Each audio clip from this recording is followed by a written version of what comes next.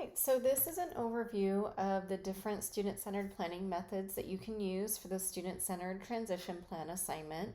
I will explain MAPS, self-determination, and student-led IEPs in this video, but you can skip ahead using the timestamps on YouTube so that if you just want to learn about one more specifically and hear an explanation, you can skip ahead and do that. If you want to listen to all of them, you can do it in chunks, and I really recommend that. Um, and then I encourage you to explore the resources as well while I go through the presentation. Okay, so we'll start with MAPS.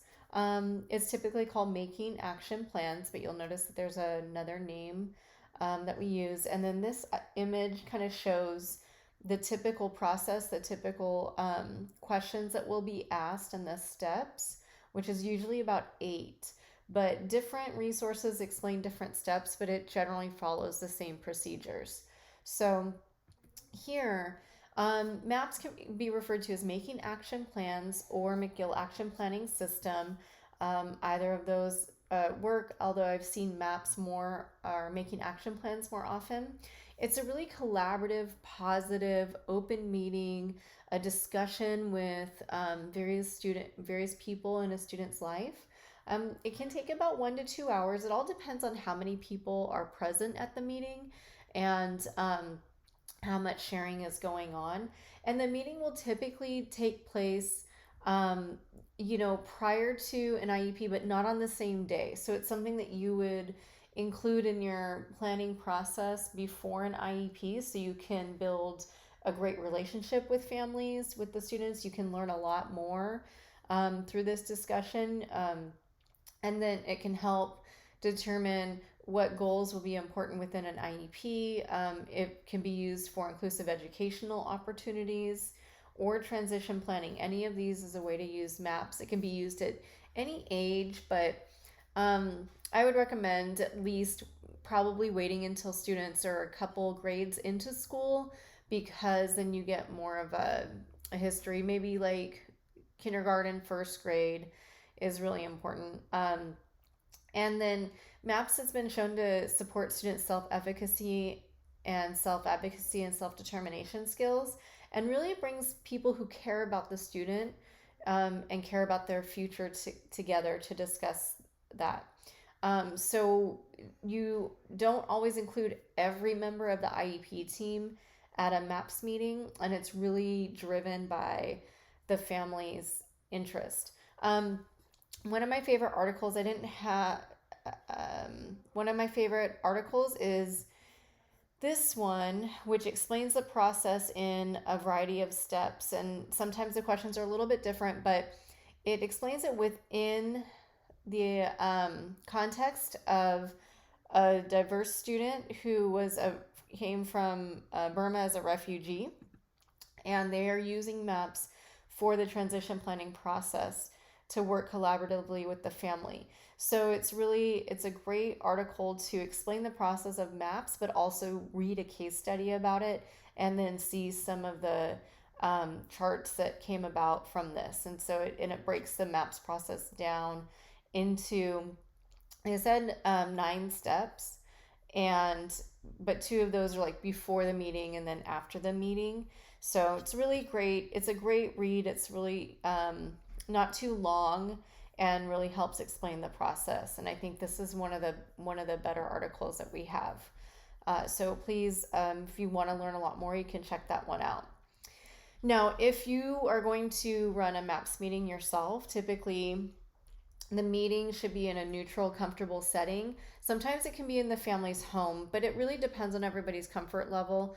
Home visits kind of have, before, a lot earlier, especially when I was in school, they were very common to have a home visit from teachers, but sometimes it's a little different now. So a classroom is okay. A neutral setting at the school site is always okay. But if the families would like it in their home, that can be done too. I would not recommend somewhere too public where it's too loud and you don't get enough privacy or space to write things down, but a school setting or the home works. And then it's not an IEP meeting, and it should not be on the same day as an IEP meeting because that's a lot of meeting fatigue for folks. So You would have it anytime before an IEP meeting. It can be, I don't know if you would do a MAPS meeting once a year, but it can be prior to any major transitions for the child.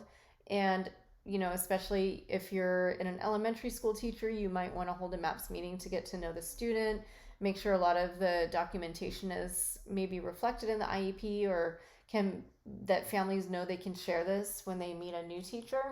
And then probably would recommend one prior to developing the transition IEP before a student turns 16. I think those are really good times to have a MAPS meeting.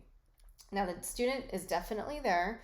It doesn't really matter whether they can communicate verbally, or they use an AAC device, or they use visual supports, but we always want the student there. Always the parent or guardian, or person who has educational rights of the child. And then typically you let the student and the family lead the invitation list. As their teacher, you will most likely be guiding and facilitating this because you've learned about it. um, and you can suggest people like school personnel that the family is really comfortable with to be there.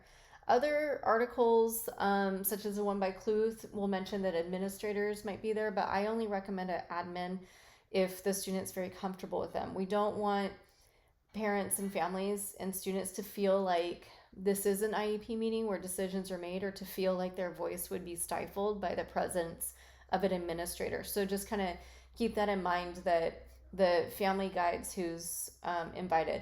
And you do want to have a recorder or a facilitator, or two facilitators. One is a recorder, so they will be note taking or making the charts and etc. It's really it's not impossible, but it's a lot more challenging to be a facilitator at a MAPS meeting and try to record or take notes. So, kind of keep that in mind and try to enlist the help of a trusted person, like maybe a paraprofessional that the student really likes, or someone on campus, like a counselor, who could also support taking notes. And so you can see that there's some modifications there to some of the setting and participants. When you're preparing for a MAPS meeting, this is what you'll read in Haynes. If you read the Haynes article, they'll say, like, prior to the meeting, you want to prep an invitation, you want to prep a meeting agenda. So you want participants to know what questions will be asked. So there's really no surprises, and they can kind of prep ahead of time. Typically, if you're going to do poster paper or markers for the charts, or otherwise the technology, if you want to do a tech-based one, you can include that when preparing for the meeting. Refreshments are really great. And a lot of times parents, if you have this in the home, the family might provide it, and they are probably very happy to do that. But you would want to make sure that they feel very comfortable with that. And then at school, if teachers might provide it, or it could be like a potluck type of thing, but really just checking in with participants to see what they prefer. Um, and then you would want to, of course, prepare for students who don't communicate verbally. So who would use communication boards, an array of visuals, etc. The day of the meeting, you want to set up the location. You want it to be in a semicircle so everyone can see each other. You want it to be very comfortable. If you have more comfy chairs, you can bring, of course, the materials that you've prepped and put together. And then one of the really important things with MAPS as a facilitator to know is that when you ask the questions in the MAPS process, the student should always have the opportunity to answer first, and then the parents and the family can kind of interject and bring their own, and then the invited guests. It's really supposed to be about the student's voice and allowing them to speak for themselves, and it can really bring out a lot of great information that sometimes even parents and families were not aware of, especially related to strengths, like when they talk about who the person is and what they're good at, and they talk about fears, and when they talk about dreams. It's really important that the student have a voice. So here's typically when we have it, we have 8 questions or 8 steps, and different resources will explain these differently. Sometimes they combine other ones. Sometimes they will put like the strengths and the who is like in the same question. So, but in general, this is how the process would go. You open the meeting with introductions and their relationship to the person, and then the first question usually is like, "What is a map?" So that we're getting this idea that this process, the maps process, is kind of like a roadmap to guide you on where you're going and to support your future and support your success, right? So that can be the first question. Sometimes that one is left out of the other resources, but it's an important one to kind of introduce the idea. The next one is, what is the story or history? Here you're going to have, you'll get a lot of background information about the student. Sometimes there's things that we as teachers are not aware of early on. And so this gives the family an opportunity to share that story, share how it is. It could sometimes invoke some feelings of trauma. So as a facilitator, you want to be aware of that. Um, and then sometimes some families will go deeper into their history and some families will not. It's just really up to how comfortable they feel with everybody and sharing. And so it's not really a time that you have to probe either. You would just ask the question, and then um, if they say, well, what do you mean? And you can say, well, how, any background with how the student was born and important things that have happened up to this point in their education and their home, and whatever families are comfortable sharing. Um, what is the dream is the next one. So it's great, like dream big. What does the student dream for themselves? And very, very much allowing the student to share any and all dreams, because it is a dream. It's not like what's a goal that's realistic. It's what is the dream. So if students dream of becoming a rock star or a YouTube star, or I guess it's now TikTok, and making a bunch of money from that, then we're like, cool, you got it. It's all about the dreams. And then the family will get to share their dreams as well. The next question, this is where it can get very challenging. The tone can turn a little sad or dark when we talk about what is the nightmare or fear. And a lot of times, and what you read in all of the process, all of the resources related to the process, this is where a lot of times students will say things that can be very concrete. So they'll say, like, I'm afraid of monsters, or I'm afraid of spiders. But other students might have very realistic fears about being rejected by their peers, or not being able to get a job, not being able to achieve some of the aspects of their dreams. A lot of times families will say that their fear is what will happen to their child when they're no longer around, right? So that's a very realistic fear that we want to support families in recognizing, but also like, how can we plan to help alleviate some of these fears? So, and as a facilitator, you want to be aware that this can be a very challenging question. It can evoke strong feelings, and so it might be a chance for you to also embed a break after this question. I've had students who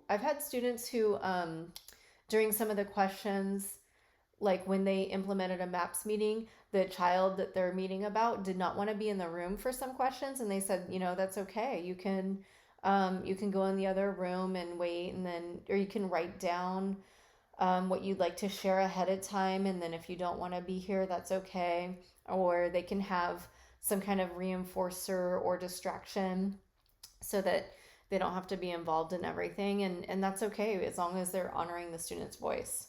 So after the nightmare of fear, then we go back to something that's positive. Who is the name of the child? And then everybody gets to share all of the great things about this person. You're brainstorming all their great qualities. And then that can sometimes be combined with the question about what are the student's strengths and unique gifts. So sometimes resources about the process will combine those two questions. And then the next one, after we get all the strengths and unique gifts and everything, we look at their interests. What does the student like to do? And what are they good at? And we also look at what are their needs, right? So what kind of supports do they need? And and so you'll see this in the process ones. It will cover these, but maybe in different order. But the last step is always a plan of action. So essentially, and a lot of times it's phrased, how do we use all these strengths and unique gifts to help the student achieve the dream while avoiding the nightmare, right? So you'll kind of look at what their needs are and come up with a plan of action, and it really should reflect that student's dream to begin with, not necessarily the family's first. The student's dream should be the key one that we look at. So what are some things that we can do to support the student's dream? What can I do as a teacher at the school if I have a student who wants to be a TikTok star? What are some lessons that we can look at and incorporate into school to help them achieve that dream, such as, and we can gear it towards social media, digital literacy, honing in on the skills that they might want to share on TikTok, like dancing or lip syncing, or putting working with digital and social media skills and tech skills. Like that's something I can do as a teacher. But also with the plan of action and maps, we look at what families can do at home and how we can improve access to some of these skills with the community, etc. Sometimes the action plan can support IEP goals, but not all of them would be IEP goals. It can be more broad sometimes in that sense. But a lot of the MAPS meeting does help to inform IEP goals or transition plans and etc. So here, when I was a credential candidate, I did a MAPS meeting. I think I did just one full meeting like this for one of my classes.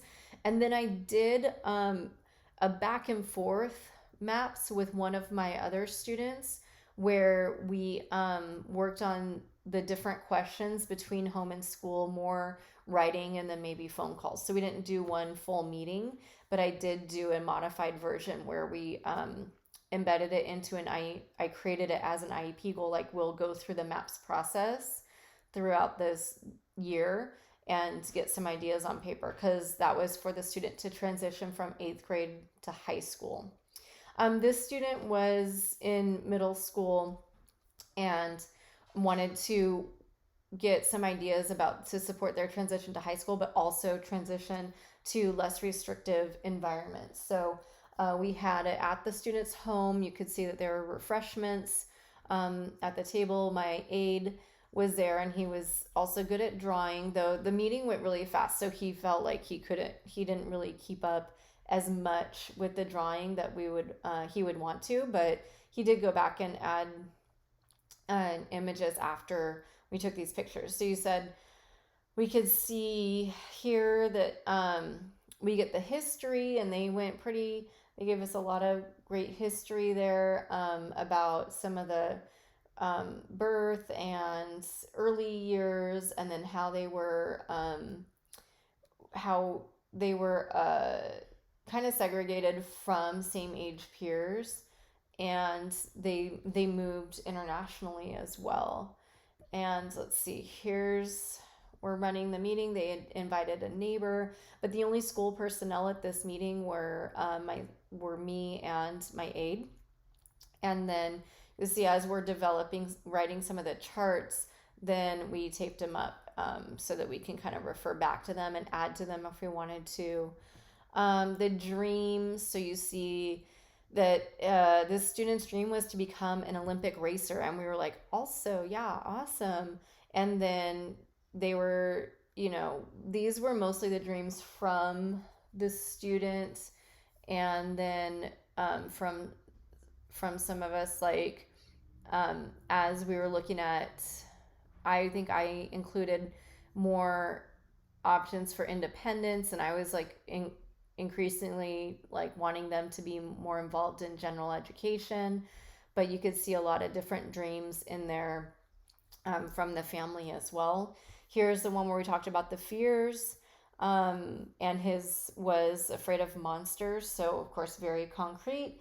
But then we're looking at, again, if something were to happen to the parents who would take care of him, that was a very realistic fear.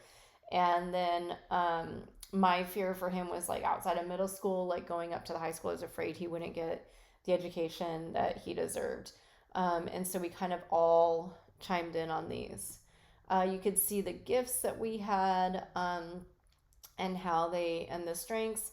And then you could see with the plan of action, we were looking at, from me, like not necessarily an IEP goal, but just my goal of having him more included in other classes that were more appropriate for his ability levels.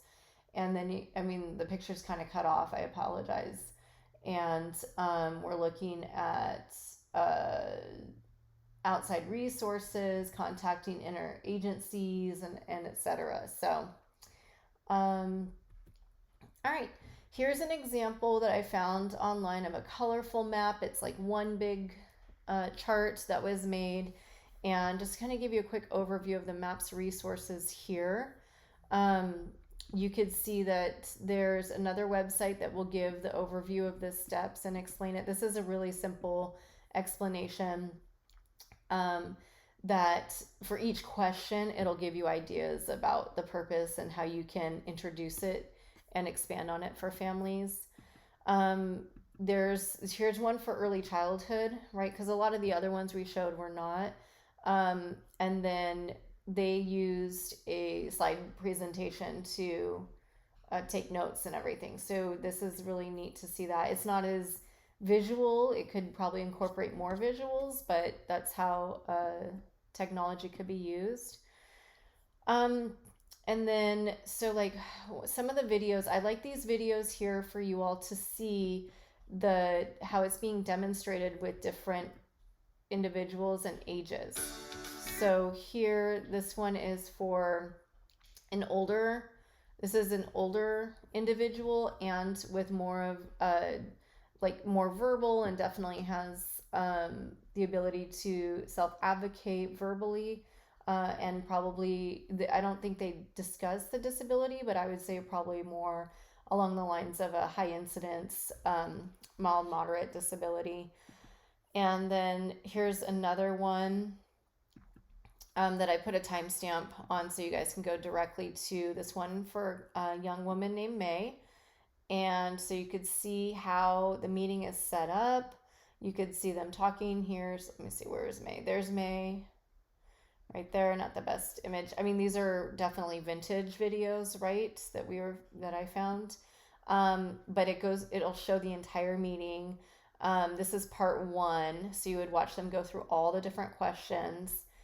And there should be somebody there charting. I just haven't seen the video. Trying to fast forward to them, but there should be somebody sharing and charting that. And then this would be the continued meeting, so the end of the meeting for May. This is a very brief one that can show you how students can contribute to their own drawing of the map if they're so inclined. So, and this is you can see how the map was used with a younger student. So, but it won't show the entire meeting. It'll just kind of show a drawing. And you can see that the student is drawing their own pictures on this large chart of their map while they're meeting. So it's pretty cool to see the different examples. And there's a couple, here's another one and this is a student for Kimmy. I believe she does not communicate as much verbally. So you won't hear Kimmy talk as much, but they will still include her voice the best they can. And she is a little bit younger as well. So you could see it at different ages and stages. Again, the quality is not fantastic because these are older videos, but it's pretty much the only thing that's available. So check out these resources if you're interested in learning more about maps, and definitely consider this as a great meeting and way to connect with families. All right. So here's some ideas for modifications, depending on age and grade or communication. For elementary school or early middle school, you might want to plan for the next teacher in the next classroom, or to get more inclusive opportunities for the student. So as they move from maybe a self-contained setting to more gen ed settings. Um, when you're meeting with early, like elementary, sometimes even middle school, it's really hard to talk about after high school, um, because families just really aren't ready for it. So if you're in elementary school, keep the conversation to moving to the next school level. Don't go beyond, don't start talking about high school, don't start talking about middle school. Families get really kind of, um, it's just early. It's too early for families to think about that. So they get a little turned off by that, um, and a little scared. Even for my sixth graders, when I started talking about transition plans at 16 and post high school, families kind of shut down a little bit because they were not ready for that discussion, even though it happens very quickly. But all right, so we just want to respect that, not discussing post school or transition too early. Visual supports or programming AAC devices are really helpful. You guys kind of what you're going to be talking about as far as strengths and interests. You can print out visual supports so that the student can participate as best they can. Um, Now, try your best to have a recorder at the meeting. Sometimes it's hard to get another person because it is a time commitment. It's going to be outside of school. You're not going to be running this meeting while you're teaching, so it gets a little harder. Try to encourage families to invite as many people who know the student really well, especially friends, family members, even sometimes neighbors who happen to be really close, advocates, who have known the family for a while. It's good to have them there. And then, of course, it's okay to meet in your classroom. So these are all things. If you're going to um, use the maps for the student-centered transition plan assignment, these are the materials that you would want for the appendix. So a letter introducing maps and the process to families, a nice meeting invitation and agenda. Make them look nice, make them readable. The letter for the families, make it very family friendly, and don't make it just a basic meeting invitation. It's supposed to be a great open discussion, right? Like a celebration. So create an invitation that reflects that. And then, based on your case study that you chose, provide an example of a chart of one MAPS question. So you have the information, and maybe you have what are the students' strengths and etc., and then you create a nice visual representation of that. You don't have to do a large poster. You can make it a smaller representation. All right, so that's the information about MAPS. Here, self-determination is another method that you can use, and I love this visual because it shows everything that self-determination can be. Self-determination is very open-ended. It's something that we should be including in our instruction and lessons on a regular basis, starting at a very young age and moving up through high school and adult transition. So it encompasses choice making, and not the kind of choice making where like you have a choice to behave now or go to timeout or lose a token. That's not really what we mean by choice making. For choice making, it's more like, would you like to write about this topic or this topic? Do you want to write with a pencil or do you want to type your response? Do you want to work by yourself? Do you want to work with this peer, or do you want to work with a certain paraprofessional? That's what we're talking about with choice making. Decision making is there. Problem solving, self-regulation, so all of the self-monitoring that you might learn in other classes, checklists to support their own goals is really important. When we talk about goal setting and attainment, it's really important that students are involved in that goal setting process and that they are pretty much determining what the goals will be. And so you can see a lot of other areas. Self-determination is very open. All right. It helps students gain confidence in their abilities. It can be helping them understand themselves, like self-awareness and disability awareness. We're looking at self-advocacy skills as well, and really empowering their voices and their own choices. So there's various operational definitions, and this is one that I chose is like the ability to make choices, solve problems, set goals, evaluate options, take initiative, and accept consequences. But there are other definitions from other researchers as well. If you're going to use self-determination, it typically takes place in your own classroom. Self-determination requires explicit instruction. It's not something that's really just easily or naturally embedded all the time. A lot of self-determination requires that you have lesson plans and practice activities, that you provide feedback. So you have, if you're in a special day classroom, you can do mini lessons in individual or small groups or your whole class. You can use self-determination in any of those ways. It can take place in the gen ed classroom. So whether you're co-teaching or not, even if you're pulling out, students can learn to advocate for their own accommodations. They can learn to self-monitor or set goals. And then you can work on self-advocacy at IEP meetings, but we discussed student-led IEPs next. So that's student-led IEPs are a form of self-determination. Who's involved? Obviously the students, and it could be individual students or your whole class. The teacher, your paraprofessionals will likely support your lesson planning or support progress monitoring for this. Maybe a gen ed teacher. And then all the procedures will recommend that you get parent permission if you're going to discuss the IEP information in the IEP or disability awareness. So if the student is under 18 and doesn't and or is conserved, if they're over 18, you definitely need to get parent permission to discuss the IEP and disability. You want parents to know what you're doing, but you don't always, but to teach choice making or self-monitoring or goal setting, that's stuff that you can do in your classroom as a teacher. You have some academic freedom in planning those lessons. And so it's always good to communicate with parents what you're doing, but not all of your lessons need parent permission, just the ones that are disability or IEP specific. Okay, so if you're gonna implement self-determination, lesson plans are really key.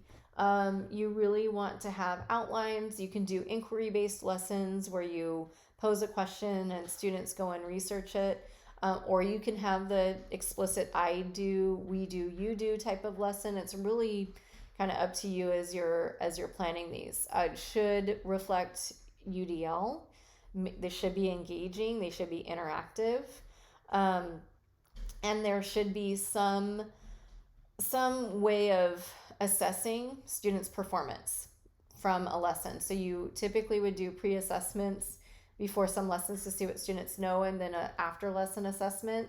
These ones or self-determination is not much different. So you look at pre-assessment. A lot of times strengths inventory or interest inventory are really cool to include, and you would also want to look at academic or behavioral present levels of performance and support students in achieving the goals or even the lesson objectives that you have for whichever lessons you've determined are appropriate. All right, there's a lot of different ways to interpret self-determination lessons.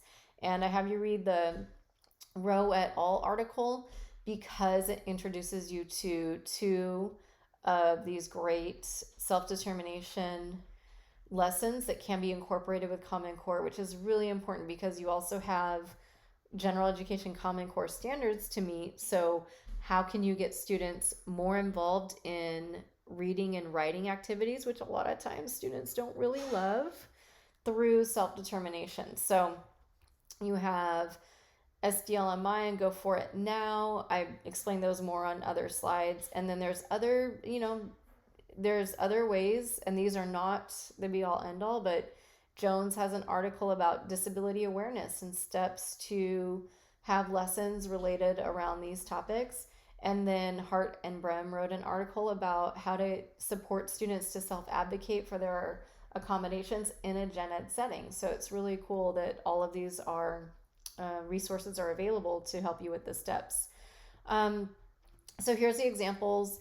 The steps with Go For It Now are pretty straightforward about developing and activating prior knowledge for paragraphs, and then to kind of just modeling and memorizing the strategy. This is a mnemonic device for setting goals, for objectives, and then I can't remember the I and the T with that one. And then SDLMI is very open-ended, but it's also a great framework for helping students set a goal, make a plan, and progress and monitor their progress, and then adjust the goal based on that progress. So what I do say with these, really important that students are setting their own goals. That we're not saying, hey, your IEP goal says that you should be on task and completing homework and doing all this. Let's work on this goal. With SDLMI, it's really better to let students set their own goal, and then they research that goal, they write about it, they make a plan on how they're going to achieve that goal, and then they monitor their own progress. So as I often discuss in class, like if a student wants to be a ninja, you're going to be like, all right, cool. Let's set a goal of you becoming a ninja. What does that mean to you? And what are some objectives that we can look for along the way? And then they can read all about ninjas. They can write all about ninjas. And now you as a teacher, you're like, this is awesome. I'm getting them to work on reading and writing skills, which I had a hard time with the content before. So that's kind of the idea of SDLMI. Here's some procedures from Jones about disability awareness and self-discovery, teaching students about their education services, etc. And this is one, again, you would want to get parent permission. And you guys, you can explore the article on your own if this was an area that you wanted to work on. And so if you're going to implement self-determination, or if you want to explore self-determination for the assignment, what you want to include in your appendix is a self-awareness survey or interest inventory, and you don't have to create it. There are plenty of options available. I'm going to show you where.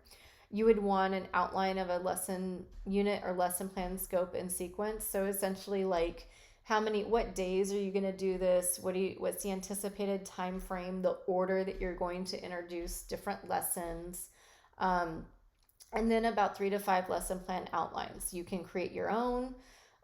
These are not the long form lesson plan template that you would use. It could just be a 1 to 2 page basic outline of what you would need. And then look at the available resources to see what curriculum is there, because there are a lot. So here's one called Choice Maker. And this is very robust. So you have an assessment that you can start with. You can see how there's different strands here for the lessons that you could do. And then you have, it's like even divided into employment, education, or personal goals. And then you have one here for student-led IEPs, but that's another separate method that we're discussing. So here is the list of where you might go for the lesson packages. And again, you do not need to recreate any of these. It would just be figuring out which ones would be appropriate and creating a lesson sequence. So you could see here's a teacher manual and workbook. It's, 155 pages. I don't want this as your appendix. So you're going to choose the most appropriate lessons that you would include out of these. So you could see a differences here. So there's one that's introductions and subjects, study habits. A lot of this is like getting to know themselves and etc. So you can kind of check that out. Let me see. This is another one. It's very similar to the choice maker, but these are more about self-awareness and self-advocacy. So you can see there's 10 units with this one. So you would try to figure out what would be most effective for the case study student, or if you're going to implement this in your classroom, like what do you think would be really important there?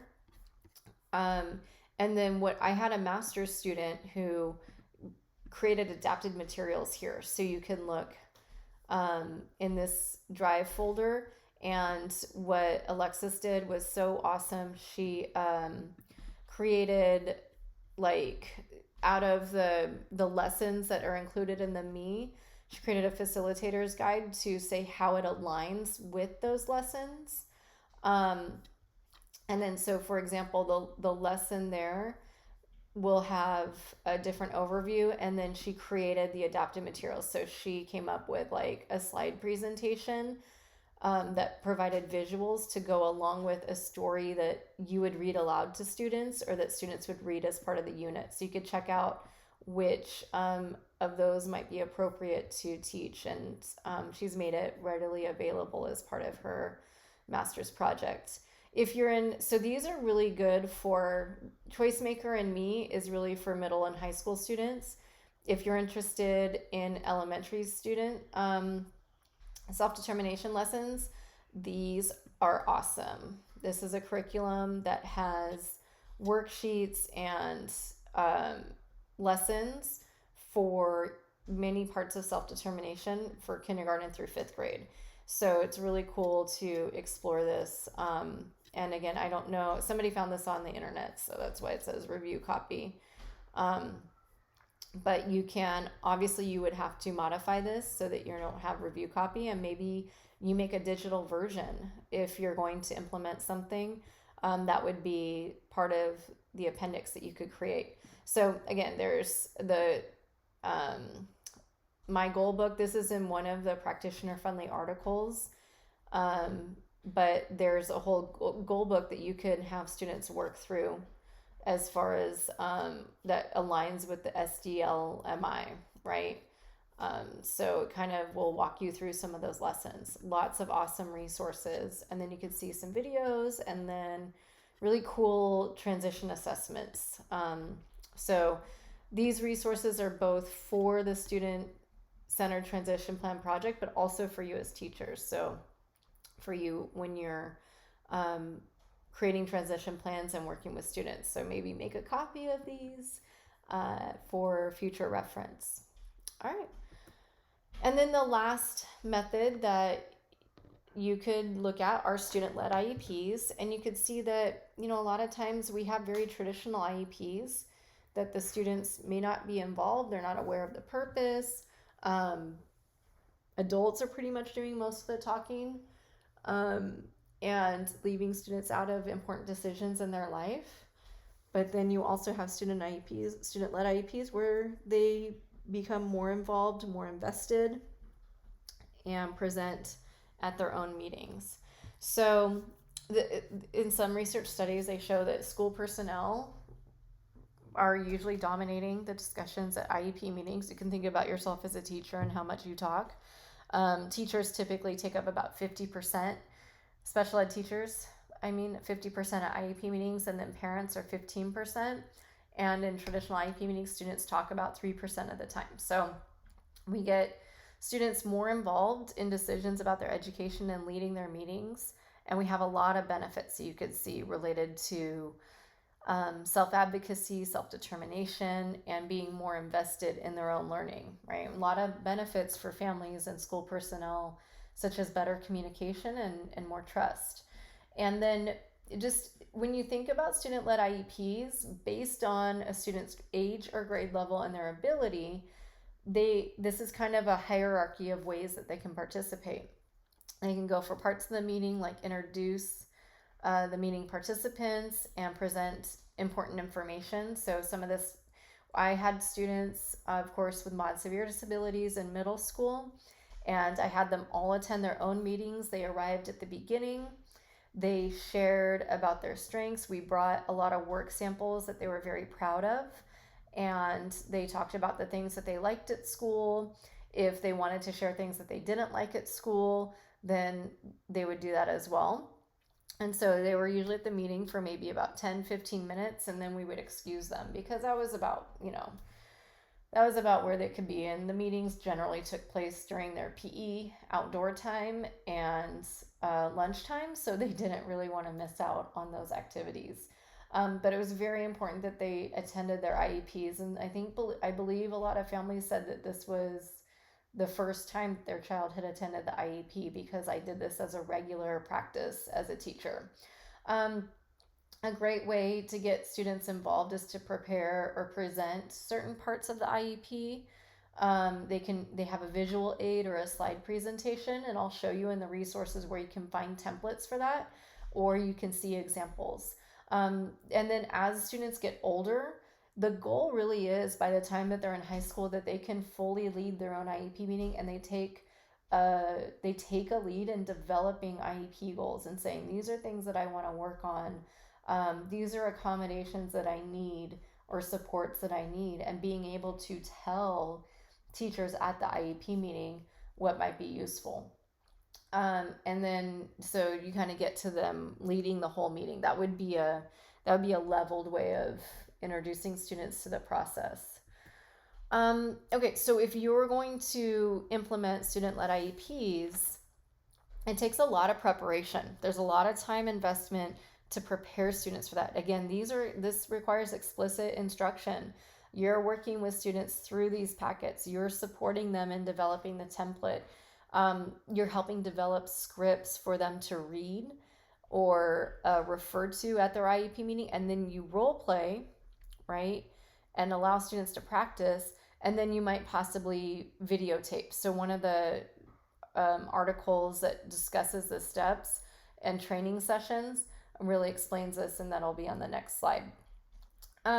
You can do a practice meeting in the classroom through role playing, or you can, and then you have them prep for the actual IEP meeting. But let's say you get a new set of students and an IEP is in September, October. You haven't had the students long enough to prep them for their leading their own IEP. You can easily work in small groups or whole group class on this and get the student ready for their next IEP meeting.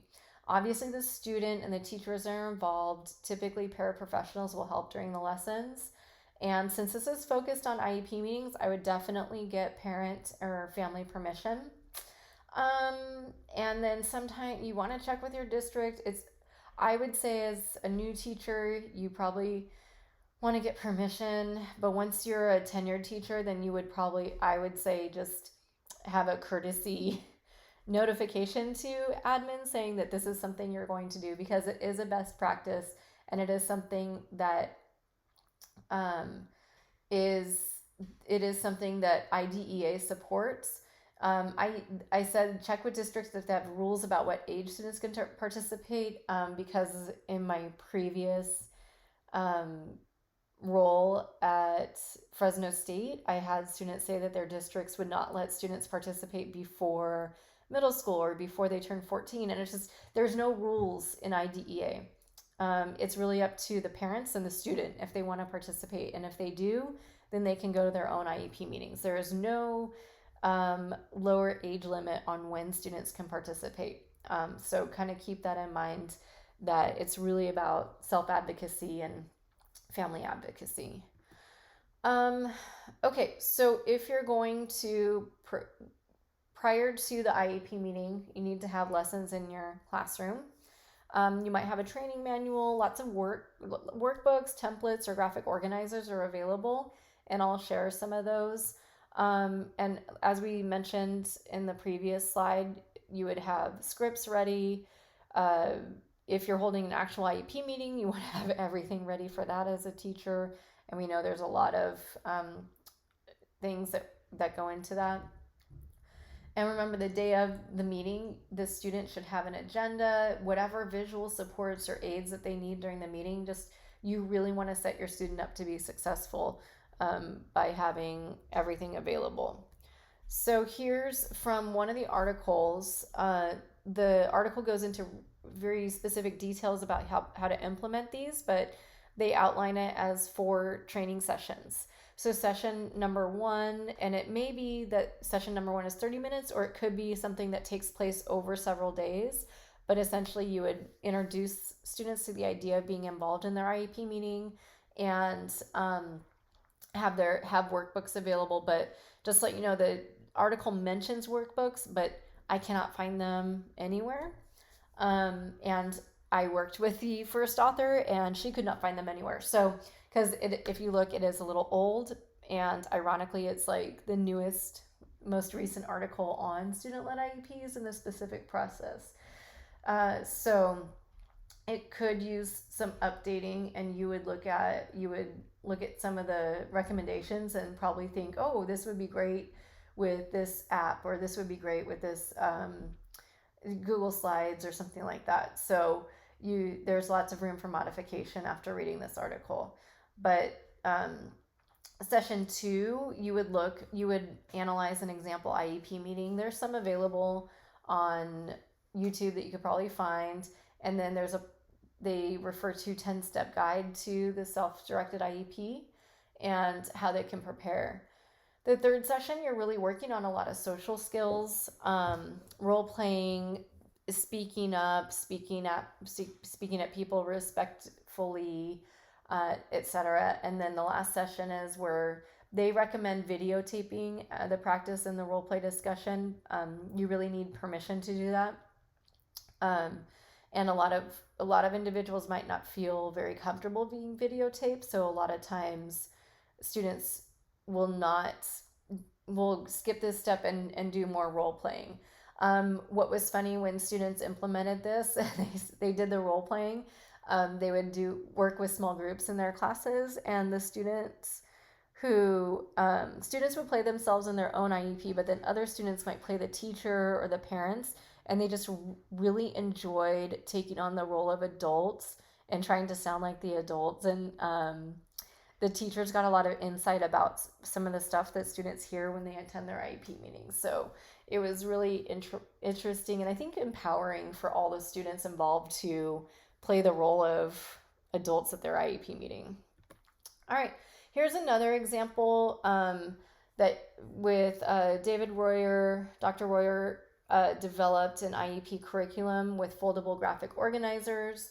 I believe I have the DVD of these that we could explore if you wanted to implement this, but you can check out the article and see if this is something that would work. This was for high school students, more with high incidence disabilities like mild mod, where they referred to each of the graphic organizers as they ran their own IEP meeting.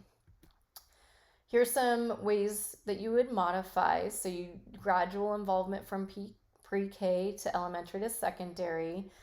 Include a lot of visuals or AAC devices for students who communicate using those devices.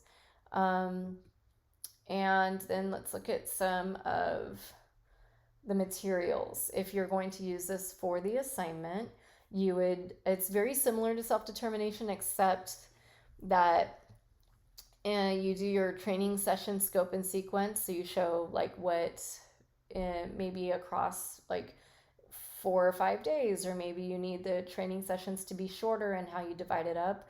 Just very basic matrix or chart. And then any lessons and materials with modifications as appropriate. So again, I mentioned that there's a lot of templates and examples available. This is probably the place where you'll find the most resources from the I'm Determined website. And this is really cool. It discusses student-led IEPs, and you can hear stories about how it's been very effective. And then here are some workbooks that you would work with students on. So this is for elementary, the I'm Determined Understanding the IEP, and then secondary students would be planning for the IEP. Okay, so appropriate, you would not put this entire thing as your appendix.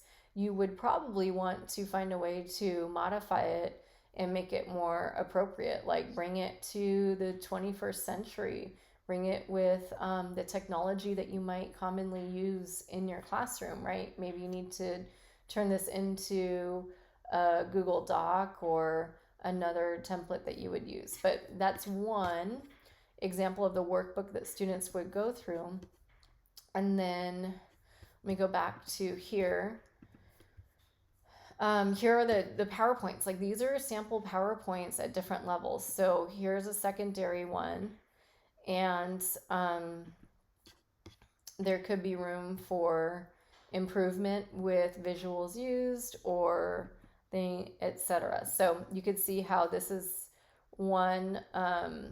This is just one example with things completed, but you would want to make an open-ended template for students to participate in. And probably, some of these look kind of old, like these clip art. We could probably find some better ones. Okay. So that's just one example that you would want to look at and probably modify for the appendix for this assignment. But lots of great resources here. This website has a lot of really cool, a lot of these are from that same website, but this is a neat video that will discuss the student-led IEPs, the importance of it, and then hear from students and families, and some great videos included to learn more about the process. Okay, so thanks for watching this overview, and I look forward to seeing your assignments.